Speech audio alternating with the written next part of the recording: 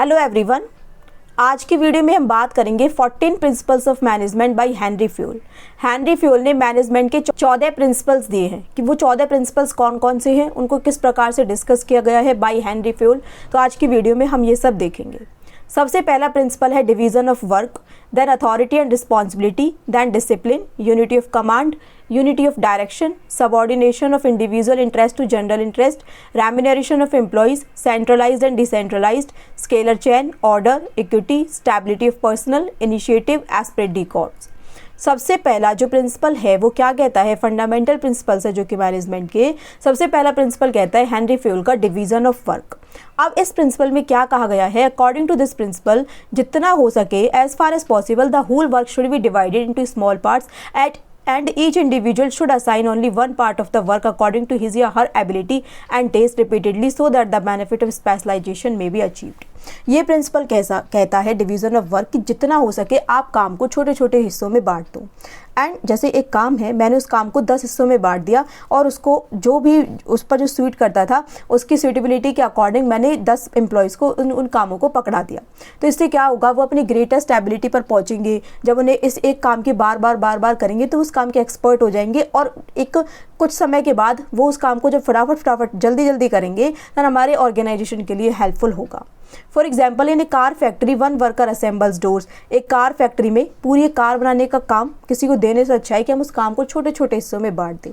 जैसे कि एक वर्कर डोर्स को असेंबल कर रहा है, एक इंजन पर काम कर रहा है, rather than everyone doing all task. अब इसके पॉजिटिव इफेक्ट के बारे में बात करें तो ये इससे increase specialisation and efficiency.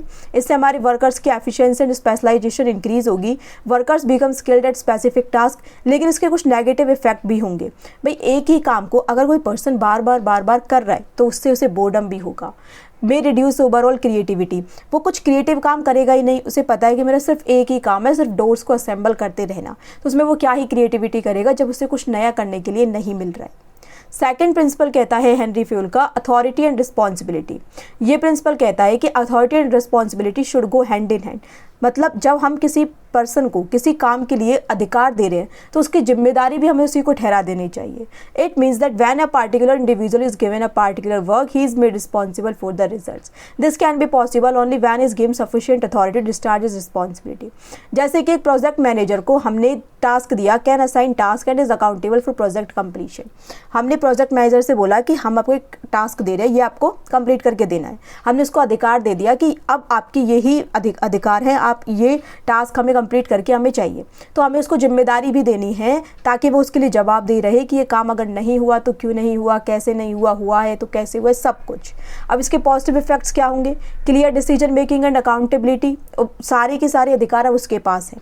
Decision making की पावर उसके पास है, अकाउंटेबिलिटी भी अब उसी के पास है। Managers can enforce rules effectively. लेकिन इसके नेगेटिव इफेक्ट्स क्या होंगे, too much authority can lead to misuse of power. अब हमने उसको क्योंकि सारे अधिकार दे दिए हैं तो हो सकता है कि वो उसका मिसयूज करने लगे। Can create fear among employees of authority excessive. अगर हमने एक एम्प्लॉय को बहुत सारी अथॉरिटीज़ दे दी तो इससे अदर एम्प्लॉयज़ फियर कर सकते हैं कि इसके पास इतनी सारी अब अथॉरिटीज़ हैं, तो इसके भी नेगेटिव इफेक्ट्स आएंगे। नेक्स्ट प्रिंसिपल कहता है डिसिप्लिन। ये प्रिंसिपल कहता है हेनरी फ्यूल का the organisational rules and employment agreement should be obeyed by both the superiors and subordinates which are necessary for the successful working of the organization। Organisation के जितने भी rules हैं and employment agreement should be obeyed by both the superiors. Organisation के rule सभी के द्वारा follow किए जाने चाहिए, चाहे वो सुपीरियर हो चाहे वो सबऑर्डिनेट हो। ऐसा नहीं होना चाहिए कि सबऑर्डिनेट्स उन रूल को फॉलो करेगा ही करेगा लेकिन सुपीरियर ना भी करे तो भी चलेगा। डिसिप्लिन तभी बनेगा जब सभी उन रूल्स को फॉलो करें।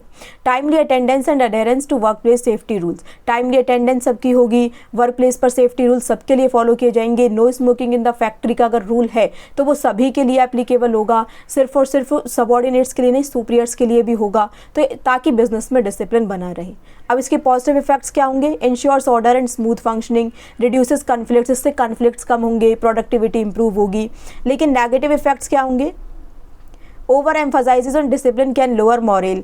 मतलब अगर हम सिर्फ और सिर्फ डिसिप्लिन पर ही फोकस करे जा रहे हैं तो उनका मॉरल इससे गिरेगा। May suppress creativity if rules are too rigid. Unity of command next principle है, वो क्या कहता है, an individual employee should receive orders from only one superior at a time and that employee should be answerable only to that superior. इसका मतलब है कि एक इंडिविजुअल एम्प्लॉय को एक जो ऑर्डर्स मिलेंगे वो केवल और केवल एक ही सुपीरियर से मिलने चाहिए। मतलब अगर मैं एक बिजनेस में काम कर रही हूँ, मेरे ऊपर 2 टॉप मैनेजर्स काम कर रहे हैं, मैं जो मुझे ऑर्डर्स देगा वो केवल और केवल मुझे एक ही मैनेजर से ऑर्डर मिलने चाहिए, 2 मैनेजर से नहीं। और जब कभी भी मैं आंसरेबल होंगी तो उसी सुपीरियर के लिए होंगी, दूसरे के लिए नहीं। The principle of unity of command has been shown in the following diagram. जैसे कि राइट अप्रोच क्या कहती है, एक मैनेजर है, मैनेजर के नीचे 3 सबऑर्डिनेट काम कर रहे हैं, तो जो ये तीनों सबऑर्डिनेट्स है ये इसी मैनेजर का कहना मानेंगे, इसी को वो आंसरेबल होंगे। लेकिन रॉन्ग अप्रोच क्या कह रही है कि 2 मैनेजर है, मैनेजर 1 एंड मैनेजर 2।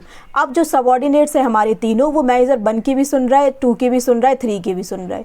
हो सकता है कि मैनेजर 1 उससे कुछ और काम करवा रहा है, मैनेजर 2 उससे कुछ और काम करवा रहा है, तो वो आंसरेबल एक के लिए हो ही नहीं पाएगा। तो इसलिए यूनिटी ऑफ कमांड होनी चाहिए जहां पर एक पर्सन एक ही अपने सुपीरियर के लिए आंसरेबल हो। अब इसके पॉजिटिव इफेक्ट्स क्या होंगे, कन्फ्यूजन कम होगी एंड इंस्ट्रक्शंस में कन्फ्लिक्टिंग भी कम होगी, रिस्पॉन्सिबिलिटीज हमारी क्लियर हो जाएंगी कि हमें किसके लिए हम रिस्पॉन्सिबल हैं। नेगेटिव इफेक्ट भी होंगे, कैंसिल और decision making in complex organisations, may limit flexibility in reporting relationships. Next है यूनिटी ऑफ डायरेक्शन। ये प्रिंसिपल कहता है there should be one head and one plan for a group of activities having the same objective.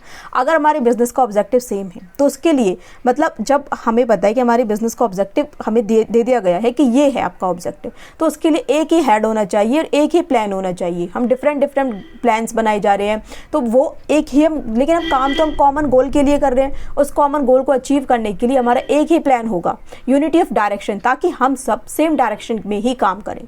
Suppose an automobile company is manufacturing 2 products. Suppose करो कि एक automobile company है जो कि 2 products को मैन्युफैक्चर कर रही है, scooters and cars, hence having 2 divisions. तो इस प्रकार हमारे पास 2 डिवीजन्स हो गए। As each product has its own markets and problems, therefore each division must have its own heads. तो इसमें क्या होगा, अब कार एंड स्कूटर दोनों का ही हमारा पर्पज़ है कि हमारी सेल बढ़े, प्रॉफिट्स बढ़े, लेकिन अब हम दोनों के लिए एक अलग अलग हेड बना देंगे। स्कूटर का हेड हमारा अलग हो गया एंड कार्स का हेड हमारा अलग हो गया। तो मार्केट, क्योंकि स्कूटर की मार्केट अलग है एंड कार्स की मार्केट अलग है, तो अब जो स्कूटर के जो हेड है, हेड के नीचे जितने भी लोग काम करेंगे वो सब ताकि एक ही डायरेक्शन में मिलकर के काम करें। Therefore each division must have its own heads. ठीक है।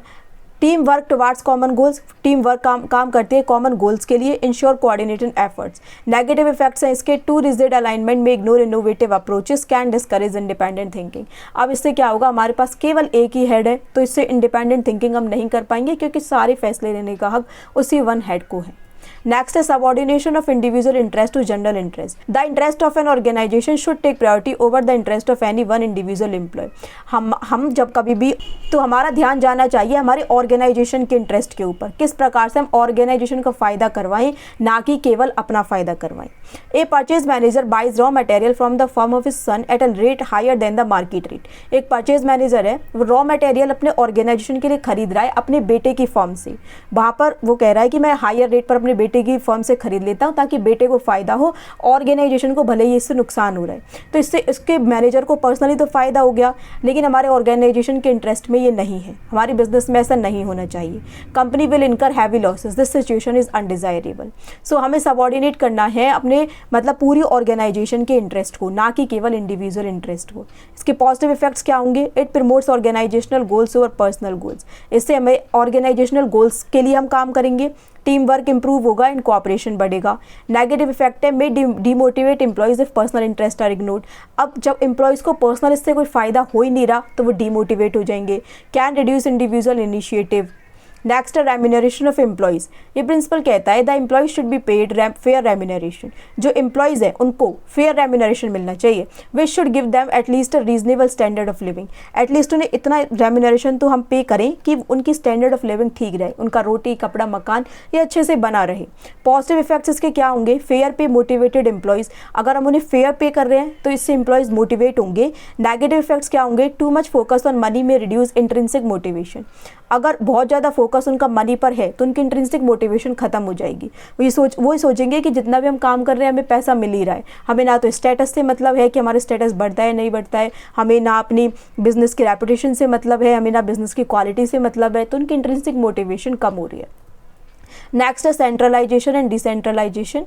The superior should adopt effective centralised instead of complete decentralisation. Centralisation का मतलब है एक साथ एक प्रकार से तो एक जगह पर ही इकट्ठा कर लेना, एंड डिसेंट्रलाइजेशन का मतलब है अलग अलग डिवाइड कर देना। तो strategic decision are made by top management well daily task are delegated.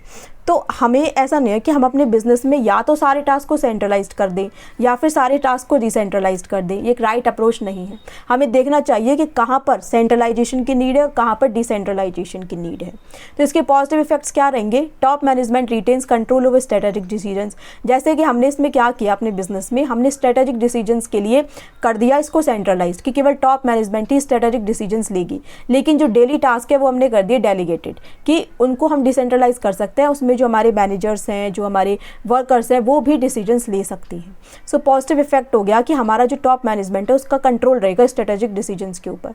लेकिन नेगेटिव इफेक्ट क्या हो गया, इससे हमारी जो डिसीजन मेकिंग है वो स्लो डाउन हो जाएगी, क्योंकि सारे डिसीजंस हमारी टॉप मैनेजमेंट लेने वाली है तो वो थोड़ा टाइम तो लेगी ही।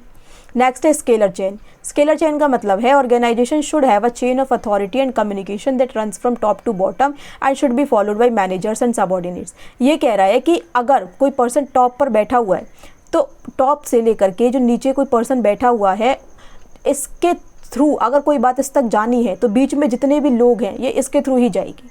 Authority and communication that runs from top to bottom, यह जो कम्युनिकेशन है या अथॉरिटी है ये टॉप से बॉटम की तरफ जानी चाहिए। डायरेक्ट ए से डी की तरफ नहीं जा सकती, बी से डी की तरफ नहीं जा सकती, ए से सी की तरफ नहीं जा सकती। पहले ये ए से बी की तरफ जाएगी, फिर सी की तरफ एंड देन डी की तरफ। जैसे कि हमें कोई डिसीजन लिया, कोई अथॉरिटी हमें देनी है तो CEO पहले उस अथॉरिटी को देगा डिपार्टमेंट हेड को, फिर डिपार्टमेंट हेड देगा मैनेजर को, फिर स्टाफ को मिलेगी। तो ऐसे बिजनेस में हमारी में स्केलर चेन होना चाहिए। अब इसके पॉजिटिव इफेक्ट क्या है? क्लियरिफाइज हिरार्ची एंड कम्युनिकेशन चैनल्स। हमारी हिरार्ची क्लियरिफाई हो गई एंड कम्युनिकेशन चैनल्स पे हमारी क्लियर हो गई। लेकिन इसके नेगेटिव इफेक्ट क्या होंगे? Too long chains can slow communication. अब हमारी जो कम्युनिकेशन चैन है वो बहुत ज़्यादा बड़ी हो चुकी है, अब कम्युनिकेशन हमारा स्लो हो जाएगा।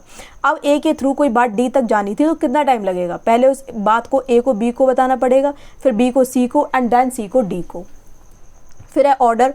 ऑर्डर का प्रिंसिपल कहता है there should be a place for everything everyone and everyone should be in its place. सब चीज़ अपनी अपनी जगह पे होनी चाहिए एंड सब पर्सन्स अपनी अपनी जगह पे होने चाहिए। जब काम एक ऑर्डर में होगा तो वो अच्छे से हो पाएगा। मटेरियल्स अपनी जगह पे होने चाहिए, वो फैक्ट्री में होंगे, फैक्ट्री के साइड पे होंगे, वर्कर्स उस टाइम पे कहाँ पे खड़े होंगे, कहाँ पे बैठे होंगे, वो क्या क्या कर रहे होंगे उस वक्त। People and resources should be organised and in the right place at the right time. अगर 9 बजे हमारी फैक्ट्री में कुछ गैस रिलेटेड काम होना है तो गैस उस टाइम पर अवेलेबल होनी चाहिए, वहाँ पर उसका वर्कर होना चाहिए, उसके पास सारे रिसोर्सेज अवेलेबल होने चाहिए उस काम को करने के लिए। तो सब कुछ एक ऑर्डर में होना चाहिए। पॉजिटिव इफेक्ट क्या होंगे? एफिशिएंट यूज होगा रिसोर्सेज एंड मटेरियल का। नेगेटिव इफेक्ट क्या होंगे? Over emphasise can make operations rigid. Next है इक्विटी। इक्विटी का मतलब है कि जो मैनेजर्स हैं उनको सारे सबऑर्डिनेट्स को जितना हो सके इक्वली ट्रीट करना चाहिए। अगर हम उनमें भेदभाव कर रहे हैं तो वो अपने काम के लिए डेडिकेटेड नहीं होंगे। जैसे कि हम प्रमोशंस कर रहे हैं based on merit not favouritism. मतलब मेरी ऑर्गेनाइजेशन है, मेरी ऑर्गेनाइजेशन में 2 वर्कर्स काम कर रहे हैं, एक वर्कर मेरा कजिन है, दूसरा वर्कर को मेरा कुछ नहीं लगता।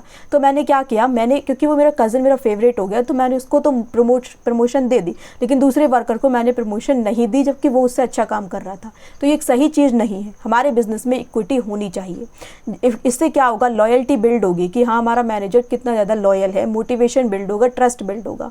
नेगेटिव इफेक्ट क्या है? Difficult to maintain perfect equity in large organisation. अगर ऑर्गेनाइजेशन बड़ी है तो उसमें इस इक्विटी को मेंटेन करना बहुत डिफिकल्ट है।